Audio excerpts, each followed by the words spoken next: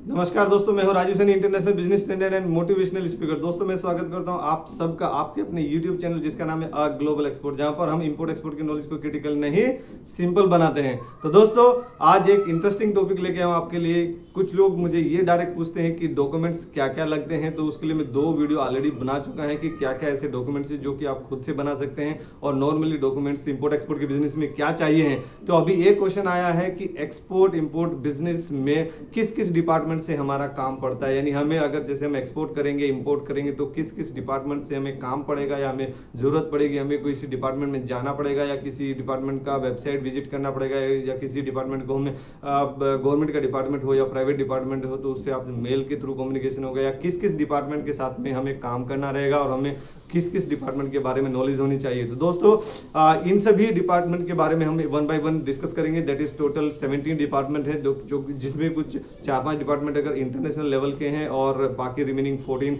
अपनी home countries के हैं। तो दोस्तों ये वीडियो शुरू करने से पहले मैं दोस्तों आप सबसे रिक्वेस्ट करूंगा, जो मेरे व्यूअर हैं, अगर वीडियो आपको अच्छा लगता है तो जरूर लाइक कीजिए दोस्तों, शेयर कीजिए उसे हर हिंदुस्तानी के लिए जो बिजनेस में आना चाहते हैं, जो इंपोर्ट एक्सपोर्ट के बिजनेस में आना चाहते हैं, जो लोकल लेवल पे बिजनेस कर रहे हैं और अपने बिजनेस को एक लेवल अप करना चाहते हैं। और दोस्तों जो अपनी कंट्री का देश प्रेमी है, अपनी कंट्री का इकोनॉमी बूस्ट करना चाहते हैं, अपना लाइफ स्टाइल बूस्ट करना चाहते हैं, हर एक उस हिंदुस्तानी को आप ये शेयर कीजिए, हर व्हाट्सएप ग्रुप में शेयर कीजिए ताकि ये हर एक उस हिंदुस्तानी तक पहुंच सके, जिससे किसी ना किसी का बेनिफिट हो सके, अल्टीमेटली हमारी कंट्री का बेनिफिट हो सके, जिससे हमें अच्छा इंफ्रास्ट्रक्चर मिल सके, अच्छा रेल सर्विसेज मिल सकते हैं, अच्छा रोड सर्विसेज मिल सकता है और अच्छा लिविंग स्टैंडर्ड हमारा इंप्रूव हो सकता है। अगर कोई बंदा अगर अच्छा काम किया, किसी बंदे का अगर बिजनेस इंप्रूव हुआ तो अल्टीमेटली वो गवर्नमेंट को टैक्स देगा और गवर्नमेंट वो बाकी सभी जो सिटीजन है उनकी सेवा में लगाएगी। तो ये डेफिनेट बात है, अगर कंट्री का इकोनॉमी बूस्ट होता है तो वो कहीं ना कहीं हमारे भी उसमें प्रॉफिट होता है। तो दोस्तों वही सब माइंड में keep in mind, always keep your in mind. तो कुछ भी अगर कहीं भी कोई भी किसी का भी डेवलपमेंट होता है तो अल्टीमेटली उसमें मुझे ऐसे समझने से कि मेरा भी उसमें डेवलपमेंट हो रहा है। इस थॉट के साथ में दोस्तों हम शुरू करते हैं अपना एक वीडियो। तो एमसीए से आपका डायरेक्ट कम्युनिकेशन रहेगा, जैसे आप मिनिस्ट्री ऑफ कॉर्पोरेट अफेयर्स में आपका डायरेक्ट कम्युनिकेशन होगा। अगर आपको कंपनी को रजिस्ट्रेशन करना है तो उसमें आपको अगर एलएलपी करना है, प्राइवेट लिमिटेड करना है, लिमिटेड कंपनी करना है, तो इसमें आपको अपना एमसीए से कांटेक्ट करना पड़ेगा। और अगर आपको जैसे अगर आपको प्रोप्राइटरशिप में अपना कंपनी बनाना है, मतलब एक ही उसका जो ओनर रहेगा, डायरेक्टर रहेगा, अगर उसमें आपको बनाना है तो फिर उसमें एमसीए में रजिस्ट्रेशन नहीं रहते हैं, वो लोकल आपको एमएसएमई में ही रजिस्टर करना रहता है, तो उसमें एमसीए की जरूरत नहीं रहती है। उसके बाद आपको आरसीएमसी लेना है, जीएसटी लेना है, आईसी लेना है। तो आईसी कहाँ से मिलेगा आपको? डीजीएफटी की वेबसाइट से मिलेगा। तो डीजीएफटी की वेबसाइट से और क्या क्या मिलता है आपको? डीजीएफटी की वेबसाइट पे आपके जो भी क्लेम होते हैं, यानी जो आपका जो आप एक्सपोर्ट कर रहे हैं उसमें अगर आपके पास में आरसीएमसी है, ईपीसी का जो एक्सपोर्ट प्रमोशन काउंसलिंग उसका आरसीएमसी अगर आपके पास में है तो आप अपना जो बेनिफिट मिलते हैं गवर्नमेंट की तरफ से, जो इंसेंटिव मिलते हैं, उस इंसेंटिव को आप क्लेम कर सकते हैं। That has been claimed by the website of general director general of foreign trade, that is DGFT. DGFT की वेबसाइट से आपका लॉगिन कीजिए, उसमें अपना रजिस्ट्रेशन कीजिए दोस्तों, वो भी फ्री ऑफ कॉस्ट है। आप गवर्नमेंट उसमें आपकी बहुत सपोर्ट कर रही है। जीएसटी का वेबसाइट, जीएसटी आपको लेना है तो जीएसटी भी आपका फ्री ऑफ कॉस्ट है। जीएसटी की वेबसाइट पे आप जाइए, आप खुद से रजिस्ट्रेशन कर सकते हैं free of cost. Within 1 week आपका जीएसटी आपके घर आ जाएगा, आपके ईमेल पे आ जाएगा। तो नेक्स्ट आता है सीएचए। सीएचए से 5th पॉइंट है अपना सीएचए। सीएचए से आपका कॉन्टैक्ट करना पड़ेगा। जैसे सीएचए अगर मैं बोलूं कि मुझे कोई भी कस्टम क्लियरेंस कराना है तो मुझे किसके पास जाना पड़ेगा? सीएचए के पास में जाना पड़ेगा, जो कस्टम हाउस एजेंट होता है। कस्टम हाउस एजेंट मैं बता दूं आपको बहुत हेल्पिंग नेचर के होते हैं और वो क्वालिफाइड रहते हैं। उसके लिए एक एग्जाम भी होता है। तो अगर आप सीएचए भी बनना चाहते हैं तो आप सीएचए भी इनिशियली बन सकते हैं। उसके बाद आप धीरे धीरे इंपोर्ट एक्सपोर्ट की बिजनेस को सीख सकते हैं। और अगर आप अभी जॉब कर रहे हैं या खाली बैठे हैं या फिर आप दूसरे किसी लोकल लेवल पे बिजनेस कर रहे हैं और आपका बिजनेस उतना चल नहीं रहा तो आप सीएचए भी बन सकते हैं। उसका एक एग्जाम रहता है, उसको क्वालिफाई कीजिए, सीएचए बनिए, 1-2 साल उसमें काम कीजिए और फिर आप उसमें आगे अपना एक्सपोर्ट शुरू कर सकते हैं। मर्चेंट एक्सपोर्टर बनाइए। उसके बाद फिर आप मैन्युफैक्चरिंग में आइए। तो मैन्युफैक्चरिंग में भी 30-40% का जो बेनिफिट होता है, परसेंटेज ऑफ आपका मार्जिन है, प्रॉफिट मार्जिन है, वो आपको मिलेगा। मर्चेंट एक्सपोर्टर का जो 10 to 20% मार्जिन है वो भी आपको मिला। तो अल्टीमेटली आपको 40 से 50% का मार्जिन टोटल मिलेगा। तो ये स्टेप बाय स्टेप है। ये ऐसा नहीं कि आप एक दिन में आप मैन्युफैक्चरिंग में आ जाए, एक दिन में आप इंपोर्ट एक्सपोर्ट के बिजनेस में आ जाए। That is not practically possible. जितना इंपोर्ट एक्सपोर्ट अगर सिंपल लगता है तो उतना सिंपल नहीं भी है, या फिर जो लोग उससे डरते हैं, घबराते हैं, तो उतना कठिन भी नहीं है दोस्तों। Just it is is matter of knowledge skill, matter of improvement, matter of understanding, बस इसके अलावा और उसमें कुछ नहीं है। तो उसके बाद अगर आप बात करें, आपको कस्टम से भी अपना रिलेशन रखना पड़ेगा, कस्टम से भी कांटेक्ट करना पड़ेगा। जब आपको कस्टम क्लियरेंस कराने हैं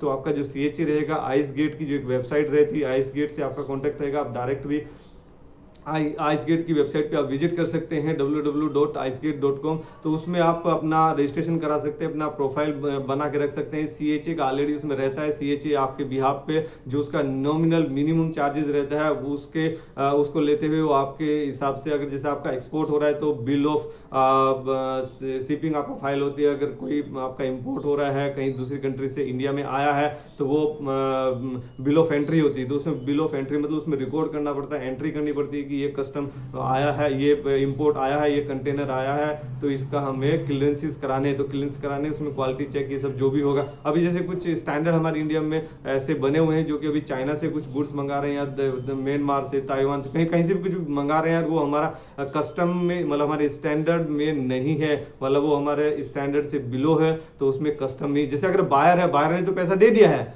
कोई इशू नहीं है, लेकिन यह है कि कस्टम उसको रिजेक्ट कर सकता है। Custom has the authority, has the right to reject any product if it is substandard. हमारे कंट्री के अगर स्टैंडर्ड से वो मीट नहीं करता है तो कस्टम उसको रिजेक्ट कर सकता है और कस्टम उसको रिजेक्ट करने की पावर रखता है। तो नेक्स्ट आता है आरबीआई। आरबीआई क्या रहता है? रिजर्व बैंक ऑफ इंडिया जो रहता है, तो उसमें आपको बीआरसी फाइल करना रहता है। बीआरसी क्या होता है? बैंक रियलाइजेशन सर्टिफिकेट, यानी जैसे आपने कोई एक्सपोर्ट किया और उसका पैसा आया ही नहीं है, तो उसका लिमिट अभी दिया गया है 12 मंथ्स। तो 12 मंथ के अंदर अंदर वो पैसा हमारी कंट्री में आना चाहिए। जैसे अगर आपने इंडियन रुपीज में कोई सामान परचेज किया और उसने आपको उससे डॉलर परचेज किया, उसको डॉलर नहीं, उसमें वो तो डॉलर परचेज करना तो आपको इंपोर्ट केस में करना पड़ेगा। तो इसमें आपको एक्सपोर्ट अगर आपने किया तो वहां से डॉलर आपके पास आएंगे।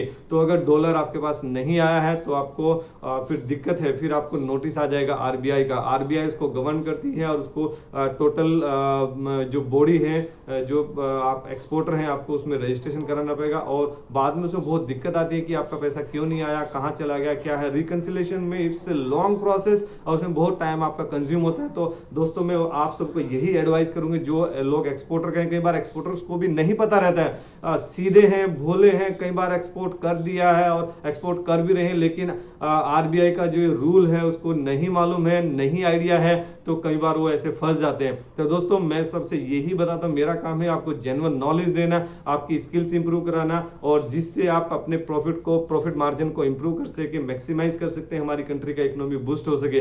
तो आपको आरबीआई की गाइडलाइन फॉलो करनी है विद इन 12 मंथ। वैसे तो आप जो भी एक्सपोर्ट करो आप एडवांस में ही पैसा लीजिए, आप अपना जो पेमेंट टर्म है 100% एडवांस रखिए। अगर कई बार ऐसा भी रहता है कि नहीं डील डन हो पा रही है तो आप उसमें 50% एडवांस, 50% अगेंस्ट डीपी यानी डॉक्यूमेंट अगेंस्ट पेमेंट। तो जब पेमेंट आ जाए तब उनको आप डॉक्यूमेंट्स दीजिए, तो वो भी आप उसमें कर सकते हैं, लेकिन आपको आरबीआई को लूप में रखना पड़ेगा और उसका बैंक रियलाइजेशन सर्टिफिकेट है वो जरूर बनवाना पड़ेगा। नेक्स्ट आपको ministry of commerce, ministry of commerce में भी आपका कॉन्टैक्ट रहेगा और उसमें भी आपको काम पड़ेगा। ईपीसी जो रहती है, ईपीसी से आपको आरसीएमसी लेना है, यानी रजिस्ट्रेशन कम मेंबरशिप सर्टिफिकेट लेना है। अगर आप ज्वेलरी जेम्स एंड ज्वेलरी का करें तो जेम्स एंड ज्वेलरी का आपको लेना है जेजीपी। अगर आपको एग्रीकल्चर प्रोडक्ट में आप एक्सपोर्ट कर रहे हैं तो आपको अपेडा का ईपीसी लेना है। ईपीसी कितने होते? टोटल 31 ईपीसी रहते हैं। कहीं भी आपको ऐसे एक साथ डॉक्यूमेंट में नहीं मिलेगा। मैंने उसके लिए वीडियो बनाई है, आप डायरेक्ट मेरे चैनल में जाइए और ईपीसी कितने होते टोटल इंपोर्ट एक्सपोर्ट में, बिजनेस में ईपीसी कितने होते, इंडिया में स्पेशली ईपीसी कितने हैं, तो वो आप जरूर देख लीजिए। वो वीडियो आपने नहीं देखी तो आप उसको जरूर देखिए, उसमें डिटेल में मैंने स्टडी में बताया है। टोटल 31 ईपीसी है depending upon the type of the product को कुछ कैटेगराइज किया गया है और उसको बिल्कुल फोकस लाने के लिए, मतलब मेटिकुलस उसमें ऑब्जर्वेशन रखने के लिए, मॉनिटर रखने के लिए, हमारा एक्सपोर्ट कितना बढ़ रहा है, कम हो रहा है, एनालिसिस करने के लिए गवर्नमेंट ने अपनी बॉडी बनाई है एक्सपोर्ट प्रमोशन काउंसलिंग, तो उसमें वही सब आपको हेल्प करती है। तो आप वो भी वीडियो मेरी देख लीजिए। नेक्स्ट आता है EIC यानी export inspection counselling. Export inspection counselling क्या रहती है? जैसे मैंने आपको बताया कि कोई भी सब स्टैंडर्ड अगर हमारी कंट्री में आता है तो उसको कस्टम रिजेक्ट करने की पावर रखता है। ऐसे ही हमारे अगर कंट्री कंट्री से कोई एक्सपोर्ट बाहर जाता है तो अल्टीमेटली उसमें नाम किसका खराब होगा? एक्सपोर्टर का नाम तो खराब होगा ही होगा, लेकिन उसमें कंट्री का भी नाम खराब होता है। तो ये अगर मैं बात करूं दोस्तों, ये जो इंपोर्ट एक्सपोर्ट का जो बिजनेस रहता है वो एक कस्टमर और बायर के बीच में ही, मतलब बायर और सेलर के बीच में ही नहीं होता, वो दो कंट्री के बीच में ट्रेड हो रहा होता है। तो उसमें अगर कुछ भी डिस्टर्बेंस आते हैं, कुछ भी फ्रिक्शंस आते हैं, कुछ भी डिस्प्यूट आता है, तो उसमें दो कंट्री के बीच में मतलब वो एक अलग डिफरेंट लेवल पे भी जा सकता है डिस्प्यूट। तो दोस्तों वो सब का बहुत आप ध्यान रखिए। कोई भी आप प्रोडक्ट एक्सपोर्ट करें तो वो सब स्टैंडर्ड बिल्कुल ना हो। जैसी आपकी बात हुई है, जैसी डील हुई है आपकी, उसी क्वालिटी का स्टैंडर्ड आप भेजिए। उसी का पहले तो आप उसको सैंपल भी भेजिए, और सैंपल अप्रूव हो जाता है तो उसी क्वालिटी का आप रखिए। क्वालिटी डेटोरेट मत कीजिए दोस्तों, मैं आपसे रिक्वेस्ट करता हूं, क्वालिटी अपना डेटोरेट बिल्कुल भी मत कीजिए।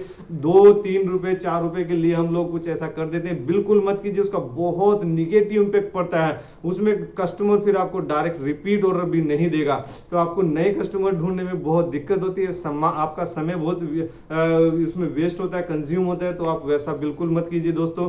नेक्स्ट आता है ITPO यानी इंडियन ट्रेड प्रमोशन ऑर्गेनाइजेशन जो रहता है, इंडियन ट्रेड प्रमोशन ऑर्गेनाइजेशन भी आपके लिए सपोर्ट करता है और आपको उसमें भी काम आएगा। और FIO में आपको काम आएगा। FIO क्या है? Federation of Indian export organisation, उसमें भी आपको सर्टिफिकेट ऑफ ओरिजिन वगैरह में लेना पड़ता है, तो उससे भी आपका काम आएगा। दोस्तों वीडियो में ज्यादा लंबा नहीं करूंगा, फटाफट इसको जो 2-3 पॉइंट और बचे उसको जल्दी निकाल देते हैं। आपको लॉजिस्टिक कंपनी से बात करनी पड़ेगी, लॉजिस्टिक से भी आपको काम आएगा। यानी जैसे आप एक पर्टिकुलर लोकेशन से ICD तक आ रहे हैं, या पर्टिकुलर अपनी लोकेशन से डायरेक्ट पोर्ट पे आ रहे हैं, जिसको गेटवे पोर्ट बोलते हैं, तो उसमें भी आपको लॉजिस्टिक जो कंपनी रहती है, जो ट्रकिंग कंपनी रहती है, उससे आपको काम पड़ेगा। तो उसमें भी आपको अपने रिलेशन बना के रखने हैं। नेक्स्ट आता है फ्यूमिगेशन सर्टिफिकेशन। तो जैसे अगर बायर का रिक्वायरमेंट रहता है, फ्यूमिगेशन का भी मैंने एक डिटेल वीडियो बनाया, अगर वो आपने नहीं देखा तो आपको उसको जरूर देख लीजिए, उससे बहुत अच्छा आपको अंडरस्टैंडिंग मिल जाएगा। तो फ्यूमिगेशन सर्टिफिकेट भी आपको लेना रहता है, तो वो मैंडेटरी नहीं, हर प्रोडक्ट के लिए मैंडेटरी नहीं, लेकिन बायर का उसमें कई बार रिक्वायरमेंट रहता है। तो और कई बार तो बायर का रिक्वायरमेंट नहीं, लेकिन उन कंट्री का रिक्वायरमेंट है। जैसे अगर आप बात करें तो यूरोपियन कंट्रीज की, तो उसमें फ्यूमिगेशन सर्टिफिकेट का रिक्वायरमेंट 100% है, मैंडेटरी। आपका कस्टम क्लियरेंस होगा ही नहीं, यानी मतलब जो वहां का इंपोर्टर है, अगर कई बार वो गलती करता है, आपको नहीं भी बता पाता है, तो कम से कम आपको उतना नॉलेज होना चाहिए, आपका अंडरस्टैंडिंग होना चाहिए कि आपको उसको फ्यूमिगेट करा के ही भेजना। फ्यूमिगेट ऐसा नहीं कि एक बार वो FOB हो गया फिर उसके बाद फ्यूमिगेट हो जाए। नो, आप जब उसमें स्टफिंग कर रहे हैं, जैसे लोडिंग कर रहे हैं, जैसे बिल ऑफ लेडिंग की अगर बात करें, बिल ऑफ लेडिंग का भी मैंने वीडियो बनाया, अगर आपने वो नहीं देखा तो उसको भी आप जाके देख लीजिए, डिटेल में रिसर्च के साथ में बनाया है, तो उसको भी आप देख लीजिए। जब आप स्टफिंग कर रहे हैं, जब सामान लोड कर रहे हैं, तभी उसका फ्यूमिगेशन होता है। तो आप फ्यूमिगेशन जरूर कराइए अगर वो कंट्री में रिक्वायर्ड है। अगर जैसे आप यूरोपियन कंट्री में कर रहे हैं तो उसमें 100% मैंडेटरी है, आप उसको अपने माइंड में बैठा लीजिए, और 1-2 हजार रुपए का आप लालच मत कीजिए, ताकि बाकी आगे आने वाली प्रॉब्लम से आप बच सकें। उसके बाद आता है promotion control, pollution control board. जैसे अगर कोई आपका ऐसा प्रोडक्ट है जिसको मैन्युफैक्चरिंग करने में एयर पोल्यूशन होता है, वाटर पोल्यूशन होता है, या जो भी ये पोल्यूशन होते हैं, उनसे आप पोल्यूशन कंट्रोल बोर्ड से आपको सर्टिफिकेट लेना पड़ता है, जिसे बोलते हैं NOC, नॉन ऑब्जेक्शन सर्टिफिकेट, यानी आप उसमें मैन्युफैक्चरिंग करने में कोई पोल्यूशन नहीं कर रहे हैं। उसके बाद इंटरनेशनल लेवल की कुछ बॉडीज रहती है जिनके साथ में आपका कॉन्टेक्ट रहता है, या जिसके साथ आपका रिलेशन होना था, जैसे WTO, world trade organisation, world trade, जैसे WHO होता है वर्ल्ड हेल्थ ऑर्गेनाइजेशन, वो आपको गाइडलाइन इशू करता है। ऐसे ही WTO भी गाइडलाइन करता है कि कैसा ट्रेड होना चाहिए वर्ल्ड वाइड। और एक होता है ICC, जिसे मैं आपको फर्स्ट एक वीडियो में बताया था, तो वो इंटरनेशनल चैम्बर ऑफ कॉमर्स है, जो कि इनको टर्म्स उसने बनाया है, तो उससे भी आपका काम पड़ सकता है, तो उसको भी आप अपना ध्यान में रखिए, उसके साथ रिलेशन बना के रखिए। और नेक्स्ट आता है ITC यानी international trade council. International trade council भी एक इंटरनेशनल बॉडी है जो कि ट्रेड को मॉनिटर करती है, उसको गवर्न करती है। तो दोस्तों ये थे टोटल 17 पॉइंट्स की किस किस बॉडी के साथ में आपका काम पड़ेगा, कहां से क्या क्या डॉक्यूमेंट्स बनाने हैं, और किस किस कंपनी से, किस किस गवर्नमेंट बॉडी से आपका कम्युनिकेशन हो सकता है, और उससे आपको अपने अच्छे रिलेशन बना के रखने। तो दोस्तों इस वीडियो को आप ज्यादा से ज्यादा शेयर कीजिए और अपनी कंट्री का इकोनॉमी बूस्ट कीजिए। अगर आपको इंपोर्ट एक्सपोर्ट के बारे में कुछ भी और नॉलेज चाहिए, कुछ भी आपको पूछना है, कुछ भी क्वेश्चन है आपका, तो हमारे QA सीरीज में भी आप डायरेक्ट उसमें पूछिए, क्या पूछना है आपको, आप डायरेक्ट कमेंट कीजिए, हम उसके लिए भी वीडियो के माध्यम से आपको आंसर देने की जरूर कोशिश करेंगे। अगर कोई छोटा टॉपिक होगा, 1-2 सेंटेंस में आंसर के उसको दे सकते हैं, तो एक दो हम कमेंट के द्वारा ही आपका 1-2 सेंटेंस में उसका आंसर दे देंगे। अगर वो कुछ बड़ा है, हम उसको समझाना चाहते हैं, तो हम वीडियो के माध्यम से उसका आंसर जरूर देंगे। Let's do export together. Thank you very much.